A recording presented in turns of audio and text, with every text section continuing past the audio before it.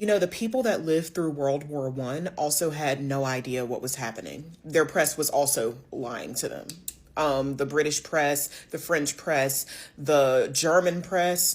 On days when tens of thousands of men were being blown to bits by machine guns, cannon fodder, hellfire raining down from the skies, the press would report all's quiet on the Western Front. So this is a pattern that we see throughout history. Governments weaponize the press, which is one of their most formidable tools, one of their most formidable weapons, to keep the public blind to what's actually happening. This is not a new thing, okay?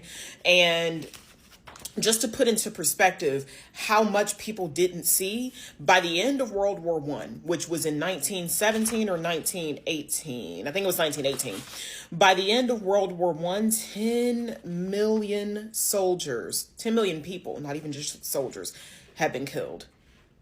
10 million. And if you're anything like me, it's really difficult to conceptualize how many 10 million is. There were people dying by the hundreds of thousands in one day alone, on one stretch of land between France and Germany alone. And they were saying all's quiet on the Western Front. And so right now what we're facing is a media blackout in America. We are not seeing the things that are happening in this world because they don't want you to see how badly we're getting our ass handed to us. I don't think this is going to turn into a full-blown world war, but I'll save that for later in the video. Right now, I just want to insert a video. I was going to just link it down below, but because I'm going to post this video to Instagram and to YouTube, I want to make sure that people on other platforms can see it too. This video that I'm about to link to you is a firsthand account of what is actually happening in the world in 2026 right now, just to combat that media blackout that I mentioned. Guys, I will allow you to digest this video fully, but I want to say credits belong to this lady because honestly, it is not easy to go into deep research and review a lot of things like this. And I want us to watch patiently from beginning to the end. Please, you can go and support her. That's her TikTok handle on my channel here. You can also go and find her on YouTube. Like, this lady is good with what she does. My God. Welcome back to the channel. My name is Sonia. Subscribe, like, comment, and share. And credits belong to the original creators of every single clips and stitches we have in our today's episode. And I want to say a very big thank you to every single one of you supporting, liking, commenting, dropping super thanks, and also joining my membership. I do not take you guys for granted. You guys are absolutely the best. And this video is for educational purposes only, not to come ruffle on anyone's shoulder or to make anyone feel uncomfortable. Let's go continue, and I'll be back with commentaries. Something interesting this morning, and I'm going to read you guys something. Just stay with me here.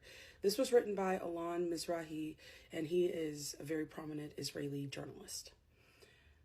Quote, "We are witnessing history. Iran, to everyone's surprise, is destroying American bases so thoroughly on such a large scale and so decisively that the world is not ready for this.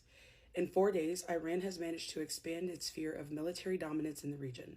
Iran has destroyed the most valuable and expensive military bases, property, and equipment in the entire world. The American bases in Bahrain, Kuwait, Qatar, Saudi Arabia are among the largest military facilities in the world. These facilities have cost trillions of dollars over several decades to build. We are talking about the fact that the bulk of the military spending that has been made over more than 30 years has gone up in smoke. We see radars costing millions, hundreds of millions of dollars, each being destroyed in an instant. We see entire military bases being abandoned and burned, looted and destroyed. And I'm telling you, as far as I know, the U.S. has never suffered such destruction in its entire history, except perhaps for Pearl Harbor, but that was just one attack. No enemy in a conventional war has ever done this to American military forces as Iran is doing right now. It's hard to believe. This military situation is so serious that censorship is blocking almost all new information about this war. If you've noticed, we're getting less and less information every day. 35 years ago, during the first Iraqi war, we were shown endless footage from Iraq. Back then, smart bombs and cameras were a novelty, but every night we were shown nighttime footage. Now we hardly see any videos at all. Understand this. Supposedly, this is the world's largest military power with the world's largest air capabilities, and on the fourth day of the U.S. offensive, Supposedly breaking through Iranian defenses, we don't see any signs of American dominance in the Iranian sky.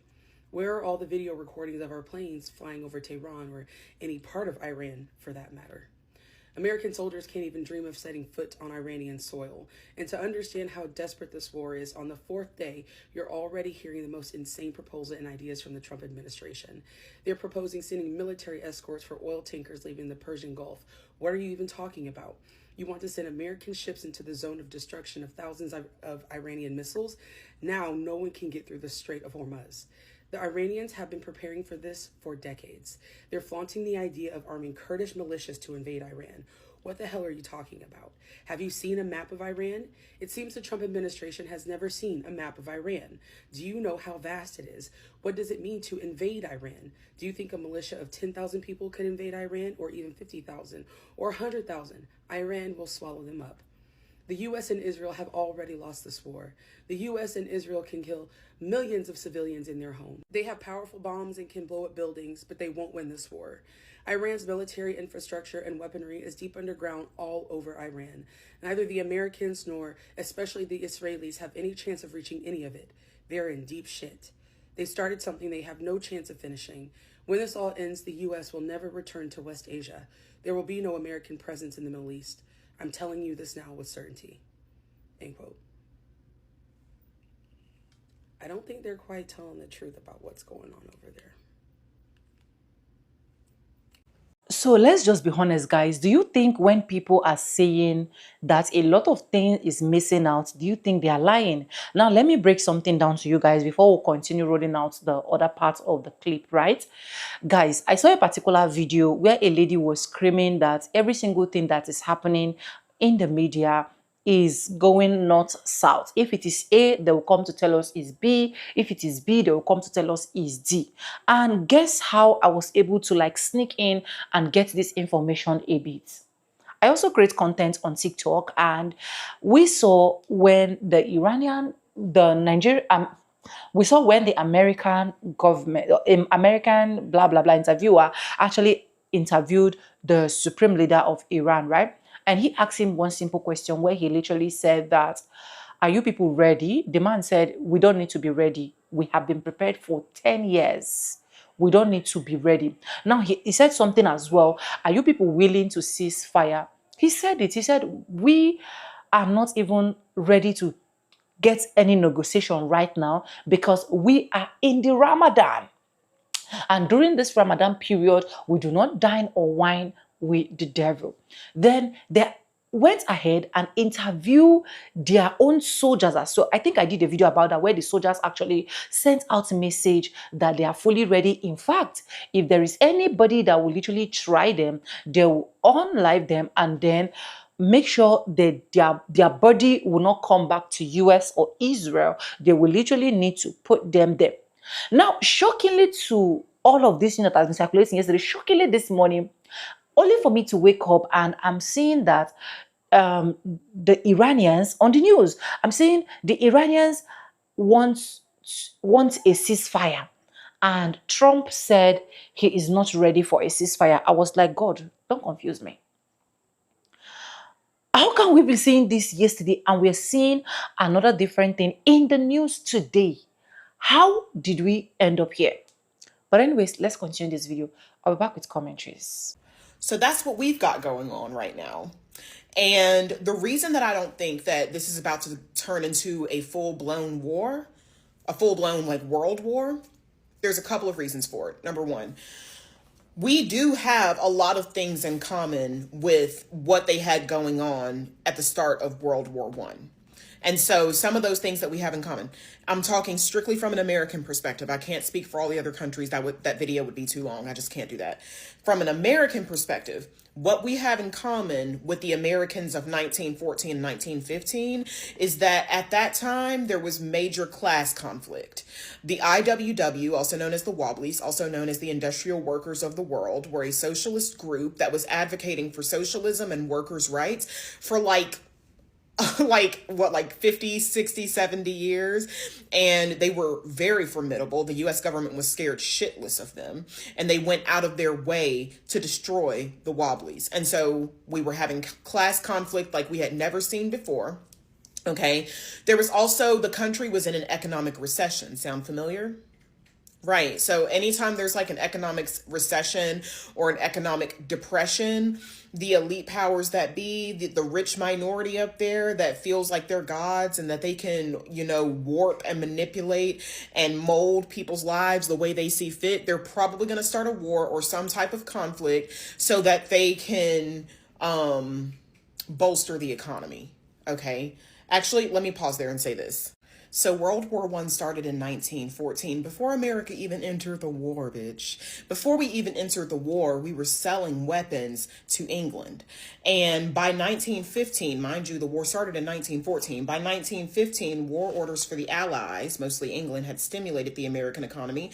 And by April 1917, more than $2 billion worth of goods have been sold to the Allies. And so, said another way, America made a $2 billion lick off the Allies just selling them weapons. And so later in this chapter, Howard Zinn says that American capitalism needed international rivalry and periodic war to create an artificial community of interest between rich and poor, supplanting the genuine community of interest among the poor that showed itself in sporadic movements. Basically saying that the American capitalism needs international rivalry so that they can distract poor people from class conflict and get them to pay attention to things like nationalism and patriotism. Just wanted to pause and put that little bit in there. Another thing we have in common with Americans from the First World War is that there's very little interest in a world war right now. Just like there was very little interest among Americans in the First World War. And most Americans did not want to join. And they were intensely manipulated by the government. Well, I'll get to that in another part. But to recap, the only thing that we as Americans have in common with Americans of 1914, 15, 16 is that there's class conflict right now. There's an economic recession and there's a lack of general interest in the war. It is not a popular thing. Okay. Let me paint for you the differences, the differences between then and now. Unlike back then, Americans are experiencing a lot less national cohesion. Okay, we are not as nationalistic as Americans were back in 1914. Nobody but the dumbest among us, the most arrogant, the most obnoxious among us is going around saying, rah, rah, rah, America, America, America right now. Nobody in their fucking right mind is doing that because we're all ashamed and embarrassed and disgusted, disappointed, pissed off, scared, angry, whatever, what have you. Okay. So there's less national cohesion, which, by the way, is a really important ingredient to have if you want to successfully whip up all of your citizens into this like wartime fervor, jingoism, as they call it.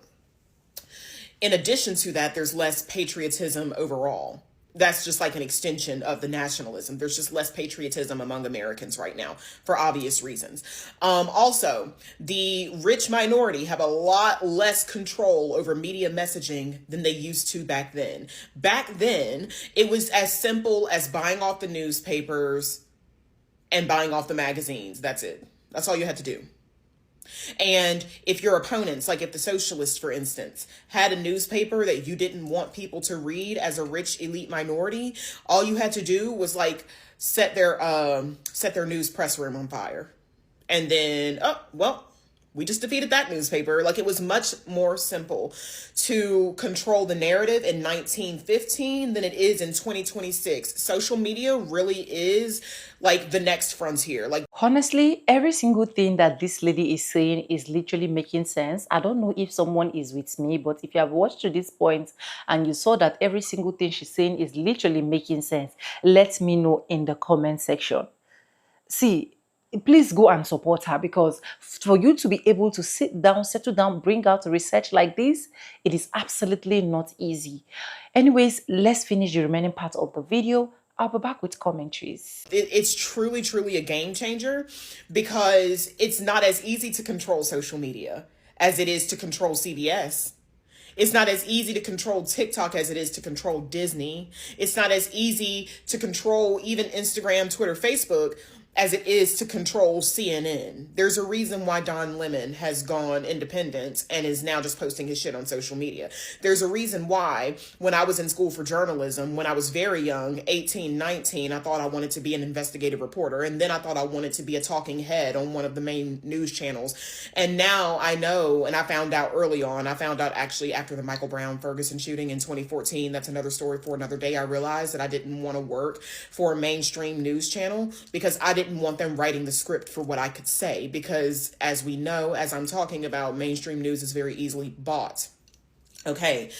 Another difference, in addition to them having less control over the media, another difference is that there is almost zero appetite for war among the majority of Americans, among the majority of world citizens. In 1915, because the government had a dedicated propaganda wing for World War I, I'll talk about that in the next part, and because citizens back then were a lot more easily manipulated because they were less educated, they were fractured along so many different social lines, racism and sexism, that it was really easy to manipulate them into being pro-war. The majority of people in 1914 and 1915, after the dedicated propaganda campaign, started getting more and more of an appetite for war because of the patriotism and because of the nationalism. At first, there wasn't a huge appetite for war, but that propaganda worked. Now, though, there's no amount of propaganda in the world that's going to distract Americans from the fact that Trump is only trying to start this war so that he can help his butt buddy Netanyahu, and distract from the fact that he was fucking his teenage daughter. There's no amount of propaganda that's going to make anybody forget about the Epstein files, so you can cut that shit out right now. And another difference is that in 1914, the American government was highly competent. I don't think I need to say any more about that. Lastly, we in 2026 are much more unified racially than we were in 1914 and 1915. And a unified public is not an easily manipulated public. A unified public, it's not as easy to get them to turn against one another and to turn against foreign enemies. We talk to our foreign enemies on TikTok all the time. They're actually not our enemies. So you actually can't lie to us like that. It's not as easy to tell somebody in 2026 that the people across on the other side of the world are their enemies, because, bitch, I talk to people in other countries all the time on social media. They're just like us. I don't know. My favorite tarot reader is Irish. I mean, like, I don't know what to tell you. Like, it's not as easy, I'm saying, to manipulate people in 2026 as it was in 1915. And a lot of the pro-war sentiment is born from manipulation. So, to recap, the things we have in common with Americans at the start of World War I: class conflict, economic recession, and a lack of initial interest in the war. The things that make us different: less national cohesion and patriotism, less elite control of media and messaging, almost zero global appetite for a world war. We used to have a highly competent government and we don't anymore. And also we're just a more unified people in general, but unified along people and human lines, not so much along nationalistic identity lines. And so those were some really important aspects of World War I that all came together to create this perfect storm of the Great War. I'm not even going to get into the astrology. I'm not even going to get into the fact that it wasn't Pluto and Aquarius during World War I. I'm not even going to get into all of that because it's time for empires to fall. And it was not time for empires to fall during World War I. Somebody who specializes in astrology and history can take you down that road. I don't want to say something and sound stupid, so I only speak on what I know. But I am saying all of this to say the conditions for right now, as it pertains to this will they, won't they world war that everybody is talking about, are completely different from the conditions during World War I. And you need to keep that in mind because history has repeating patterns. But what is happening right now, there are some patterns that are repeating, like the things that I said we had in common, but there are also things that are completely unprecedented. Social media is completely unprecedented. The way that we even identify as individual people in this world is totally different from the way we used to identify in the, at the turn of the 20th century. And also, how do I put this? Iran is fucking jumping isn't real right now and whooping that ass. They have them on the ropes. A bitch can't even breathe. Nettie's already run to Germany, and that has just like never happened. Like, they're on their ass, and they're on our ass too as Americans, and that's just not even like anywhere close to the same types of conditions leading up to both of the world wars in the past. We are witnessing a global transition of power and a balancing of the scales, and in order for the scales to balance, the United States has to fall.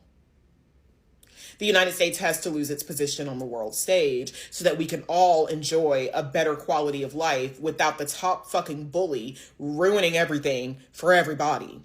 But in order for the United States to fall, isn't real also has to fall. And that is what this war or conflict is about.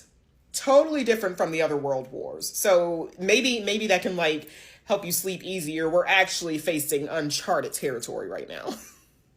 So, you guys, welcome back. And there is nothing I will say than every single thing and every single research that this lady made is absolutely right. Because at the end of the day, a lot of things is being just turned upside down. Okay, I've shared my experience in some part of this video. And for those ones that might probably be skipping, I shared my experience where we literally see A yesterday on the news and today we are seeing B. So we don't even know where the truth is literally coming from. From every single thing that we have seen from this past few days, the Iranians are actually on top of their game because they literally do not want to just attack country just because they want to attack. They just have a specific people they are literally looking for. But still, we still see some people telling us that we are not on the same page, that we did not research very well, that at the end of the day we are the one that is even it's crazy. And I feel like a lot of these media houses have literally been bought, but who are we to detect that? And like she said about the war, she said the war, she's not actually seeing that this war as something that is actually going to be like major war, and of which I think I'm going to be buying what she's saying. Because the only thing that I am seeing right now on the news, I saw when the orange man is literally asking for Japan, Chinese, and which country? I think Japan, Chinese, France, and oh my God, Holy Spirit, what was the last country? And UK, to actually join in the worship. And this worship is not normally just given, except there's some naval military order, blah blah blah, like that.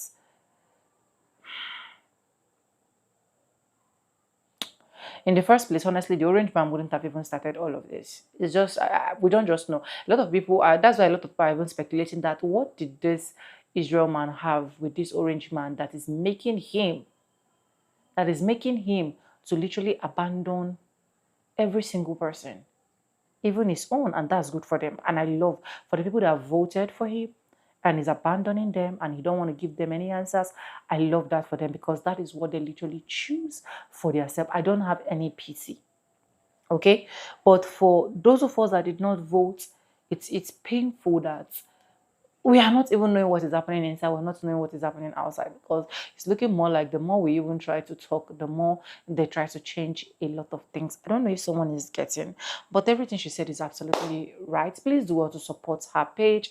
And I'm going to also repeat this as well over and over again, that credit belongs to original creator of every single clips and stitches we have in our today's episode. And I want to say a very big thank you to every single one of you liking, commenting, sharing, dropping super thanks, and also joining my membership. I do not take you guys for granted. You guys are absolutely the best. And for disclaimers, this is just for educational purpose, not to come here ruffle on anyone's shoulder or make anyone feel uncomfortable.